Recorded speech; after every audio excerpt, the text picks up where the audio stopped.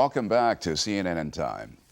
For people who like jazz, New York in June is special. At least 3 major festivals draw audiences in search of the real thing. But for the truly jazz-hungry, a steady diet of the biggest names is served up in an unglamorous nightclub called the Village Vanguard. For 65 years, jazz lovers from around the world have been making pilgrimages to this cultural institution, whose owner has a special place of reverence. David Lewis has our story. Yes, I want that cab. Thank you. That's the only, oh, you adorable man. That's the only way I could get a cab. Every afternoon at 3 o'clock, That's the only way to get a cab. Find a beautiful man like that. Lorraine Gordon leaves her apartment in Greenwich Village Stay straight on this to Greenwich and heads to work. and then make a left turn when you get to Greenwich. And then I'll tell you the rest when we get there. At 77 years old, Gordon is proprietor of what's been called the most famous basement in the world. I can't find my keys. Can I? All sold out, he said. The jazz club, the Village Vanguard. Here we come. 11:30 it starts. Well, where else in the morning? It's a nightclub. It's a Saturday at 11:30, right? Yeah, you want to bribe me? Yes, I'd like a round-trip visit to Paris, and then I'll get you a seat. For musicians, the legendary club is a temple. 2, right this way. For audiences, a mecca. Oh, okay, next. Vanguard. And for its owner, I may have your last name. It's a way of life. It's culture. It's music. It's aggravation, you know. All right, there are 2 on this banquette. I pushed this guy over toward the radiator. with energy that belies her age and a great set of ears. Oh, I must have called you because I wanted to, maybe I wanted to book you. Is that possible? Okay, that's it. This feisty grandmother is the diva of New York's jazz scene. She works 6 days a week to keep the club humming. 11 o'clock. Great. Thanks. Good night. You really have to take care of it. You have to nurture it. You have to feed it. You have to clean it. You have to book it. You have to do everything imaginable 24 hours a day. There's not an end. And so I call it my baby, but I love it. It's a wonderful baby, very good baby, mostly well behaved.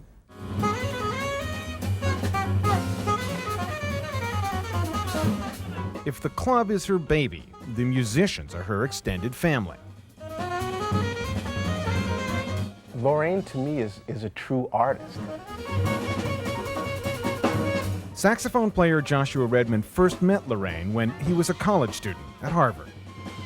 You know, I don't know that she plays any instrument, but she is a true pure artist at what she does. And what she does is present music in the vanguard. She doesn't present music to make money or to attract publicity. She presents music by musicians that she believes in.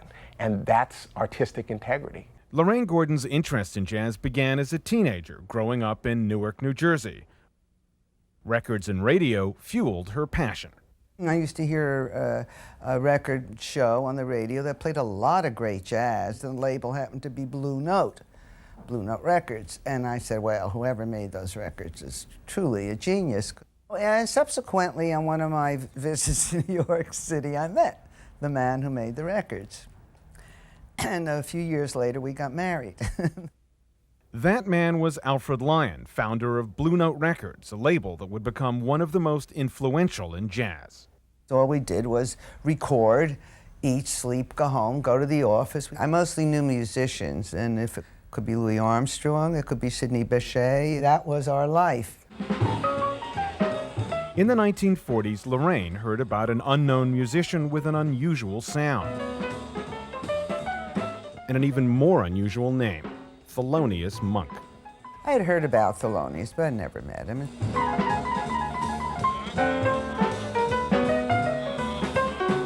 So he took us to his apartment up there in Hell's Kitchen, and we came and we sat and we listened, and I fell madly in love with his music.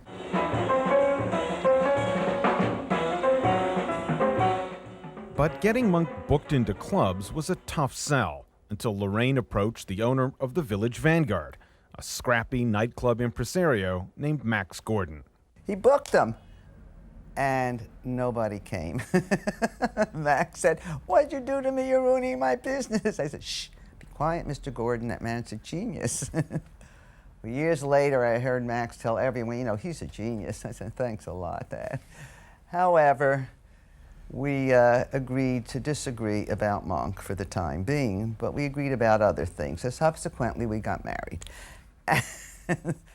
In 1948, Lorraine divorced Alfred Lyon. A year later, she married Max Gordon. He was a bohemian, he was an intellectual, and he hung out in the village with writers and poets. And since he didn't have a living room, he opened the Vanguard so all the poets could come there and recite their poetry. Eventually, the poets were replaced by jazz musicians like Miles Davis. Miles was wonderful. He was arrogant, but he played such great trumpet. Who cared? Max made the mistake of asking Miles one night, could he just accompany this kid who came in, who she can sing, she needs a little help, a little accompaniment. Well, you can just hear what Miles said, no, no, no. That singer was Barbra Streisand. Max also booked comedians like Woody Allen and Lenny Bruce. My God, Max used to worry about Lenny Bruce because Max was very much of a purist and he didn't like any cursing of any kind. And Max was always worried, what's going to happen? They're going to close me down. You know, he's so bad. But Max loved him anyway. He was just a little bit nervous. With Max Gordon's knack for finding talent, the Vanguard's popularity soared. So Max had to get a liquor license, he had to get a telephone, he had to get a secretary, he had to get a desk. He fixed the club up, and it got very as swanky as it will ever be. That's the way it is. There's Dizzy, and Thelonious, and Miles. Little has changed. Even scars inflicted on the club by one of its legendary regulars, bass player Charles Mingus, remain. In his anger, he took his bass and smashed the light. People come and say, where's the Mingus light? So we just, here it is. Today, musicians like Wynton Marsalis come to play and soak in the Vanguard's history. It's like a shrine. There's so many great musicians have left their spirit and vibration in that club. That when you go in there, you know that you have to take care of some business. What this room really does is it demands a type of musical honesty. It demands of the jazz musician that he or she speak the truth. Max Gordon ran the Village Vanguard until he died in 1989 at the age of 86. For Lorraine, there was only one thing to do. I went in cold turkey. I mean, Max died one day, right in the neighborhood, in the hospital, as a matter of fact. And I walked across the street with my kids to the club. I closed it that night. That was one night. But the next day it was open. Well, I just jumped in. Just wait a minute. Listen to him. What? Even though Lorraine had been around the club for years, she'd never been involved in the day-to-day running of the business. I did make some mistakes in the beginning. There were great musicians. They just weren't right for the club for one reason or another. Because if you put the wrong person in there, nothing happens. The pictures move, the walls don't look happy, all those pictures frown and all that. Okay, oh you did, this way. And she has been criticized for not running the club the way her husband Max had. Being a woman in this business is very difficult. It's a tough business. John Mosca is the leader of the Village Vanguard's Monday Night Band. He's known Lorraine Gordon for 25 years. Jazz musicians, I think, haven't traditionally been the most forward-thinking in terms of women. Sometimes I feel that I, as a woman, has passed certain tests of approval from certain people who wonder, what does she know, and who is she, and what this, and what that. I don't know what I mean. I mean 1 a.m. is on the night it falls on, and I'm not, you know, a Nostradamus. She has developed this dragon lady persona that serves her well in the business, but there are a few of us who know she's really a softie. I have a big mouth sometimes, but, well, that's the nature of the beast at this club. Sometimes you have to be rude to people. I have given people their money back. Don't stay here, please. It's not your kind of club. You cannot talk through the whole show. Yeah, and don't use a phone. What are those phones in your pocket that's ringing? You didn't give me one kiss. You can't help but love her, you know? I mean, I feel like part of me fell in love with Lorraine, even as she was yelling at me, you know? And I don't even know what it was about. You're a what, a virgin? Wait a minute, what'd you say you were? Oh, a virgin. A surgeon. I'm sorry. You're a surgeon. The phones keep ringing. I didn't make them ring. They just constantly ring. Village Vanguard. Most of the club's business is conducted in the kitchen, part office, part dressing room, part rehearsal space. The room, like the entire club, is virtually unchanged from its early days. There's Lead Belly. I used to come here as a kid to see Lead Belly. That's Coleman Hawkins. This is where he was sitting, whatever chair was here, and this was filled with the bottles, you know, cases. And that's inspiring. You know, it's a great sense of history, but it's not history weighing down on you. It's history uplifting you. They know when they're going to play at the Vanguard, it's not going to change when they come back again. It's going to have the same red velvet drapes in the back and the same bandstand. It's not going to change.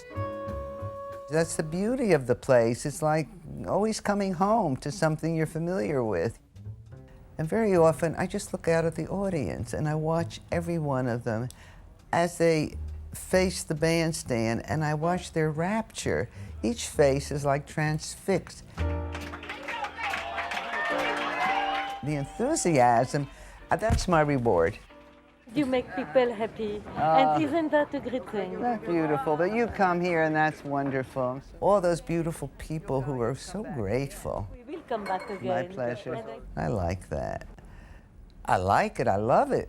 It makes me feel wonderful. I think it's not in vain, Lorraine, even if they say you're tough, it's okay. Don't feel bad. Possibly the best tribute to Lorraine Gordon and her late husband is this. Over the last 40 years, nearly 100 albums have been recorded at the Village Vanguard. We'll be back in a moment.